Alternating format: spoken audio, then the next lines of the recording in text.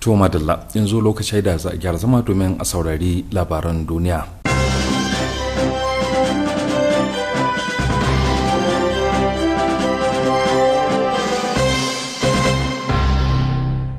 To da farko ga muhimman kanansu.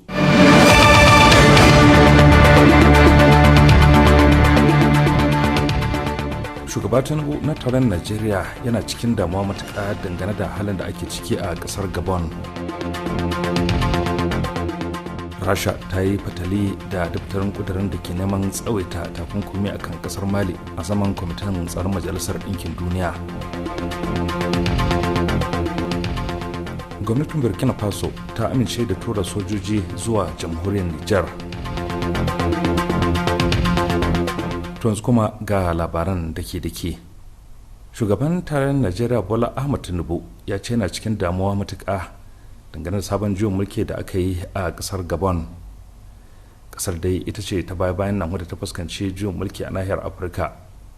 Ko a watan da ya gabata dai sojoji sun kifar da hukumtar Muhammad Bazoum a jamhuriyar Nijar. To sai dai a cewar mai magana da yawun shugaba Bola Ahmed Tinubu a yan wani jawabi ga manema labarai a fadar shugaban kasan da ke birnin Abuja a ranar jiya Laraba, ya ce shugaban yana cikin damuwa matuƙa dangane da juyin mulkin na Gabon. Sannan kuma ya ce gaba da cewa Tinubu zai tattauna da sauran shugabannin kasashe waɗanda suke ƙungiyar haɗin kan ƙasashen Afirka ta AU a kan rikicin ƙasar da kuma nufin lalubo hanyoyi na warware shi. Kuma ƙara cewa Tinubu yana nazarin abin da ya faru sosai, kuma ya damu matuƙa da halin siyasar ƙasar da take ciki da kuma yadda ƙasashen Afirka suke fadawa a cikin matsala ta juyin mulki.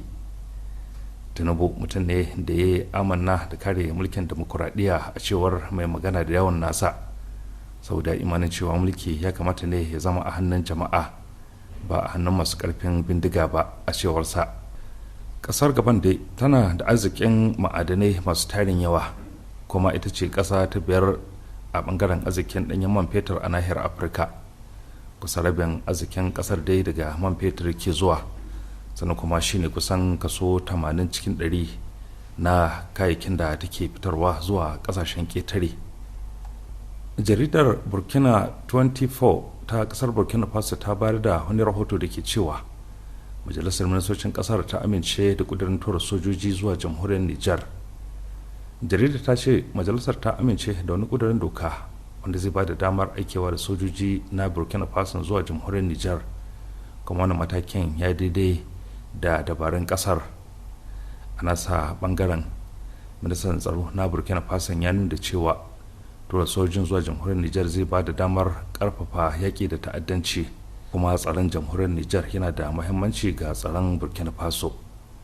A ƙarshen watan Yulin da ya gabata da sojojin jamhuriyar Nijar ɗin suka sanar da keɓe shugaban ƙasar da suka hambar Muhammad Bazoum, kuma an naɗa kwamandan dakarun kare fadar shugaban ƙasar janar Abdulrahman Tiyani a matsayin shugaban majalisar tsaro ta ƙasa, wadda waɗanda suka jagoranci juyin mulkin sa kafa. Akasarin shugabannin ƙasashen yammacin nahiyar Afirka da kuma ƙungiyar raya tattalin arzikin yammacin Afirka ta ECOWAS sun yi tar da juyin mulkin, sannan kuma sun sha alwashin bin dukkanin hanyoyi na dawo da gwamnatin demokuraɗiyya a jamhuriyar Nijar, tare da sanya batun ɗaukar matakin soji a matsayin zaɓi na ƙarshe domin warware matsalar ta jamhuriyar Nijar. To jama'a masu rika da sha'afa, labaran da suna zo muku ne daga Hausa Radio Tehran. Rasha ta yi amfani da ikonta na hawa kujeran naƙi a zaman kwamitin sulhu na Majalisar Ɗinkin Duniya wajen yin fatali da wani daftarin ƙudiri da aka gabatar da ke neman a tsawaita takunkumi da aka ƙaƙabawa ƙasar Mali. Daftarin ƙudirin dai ƙasashen Faransa da haɗaɗɗe daular Laraba ne suka gabatar da shi.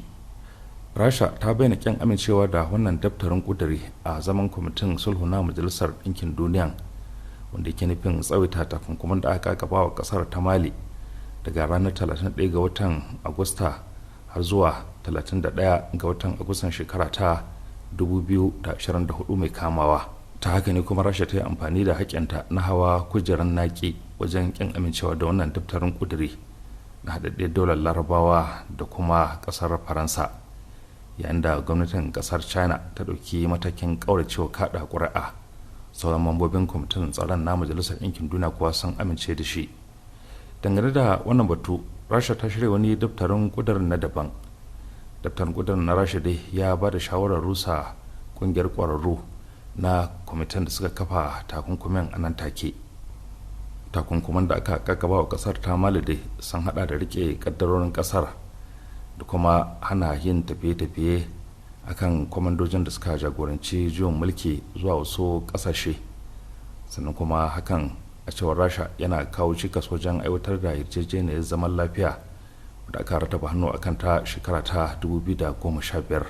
Daftarin kudurin da aka gabatar ya tanadi bangarori daban-daban da suka shafi tsawaita wa'adin takunkumin, wanda ya fara aiki tun daga shekara ta 2017 har zuwa shekara ta 2024. To a bangaren wasanni kuwa, kungiyar kwallon kafa ta Tottenham da ke Ingila tana tuntubar kungiyar kwallon kafa ta Barcelona da ke Spain wajen ganin ta dauki dan wasan na Barcelona wato Ansu Fati, amma kuma akwai yiwuwar komawarsa kungiyar kwallon kafa ta Chelsea kamar da su bayanan suke cewa. Dukkanin kungiyar kwallon kafan dai suna neman sabbin 'yan wasa ne domin karfafa kungiyar nasu a wannan kaka. Kwacin kungiyar kwallon kafa ta Chelsea ya nuna matukar bukatar sayan dan wasan na gaba, wanda yake kokarin sanya shi a cikin waɗanda za su buga wasanni a wannan kaka. To jama'a masu saurare, ƙarshen labaran duniyar kenan.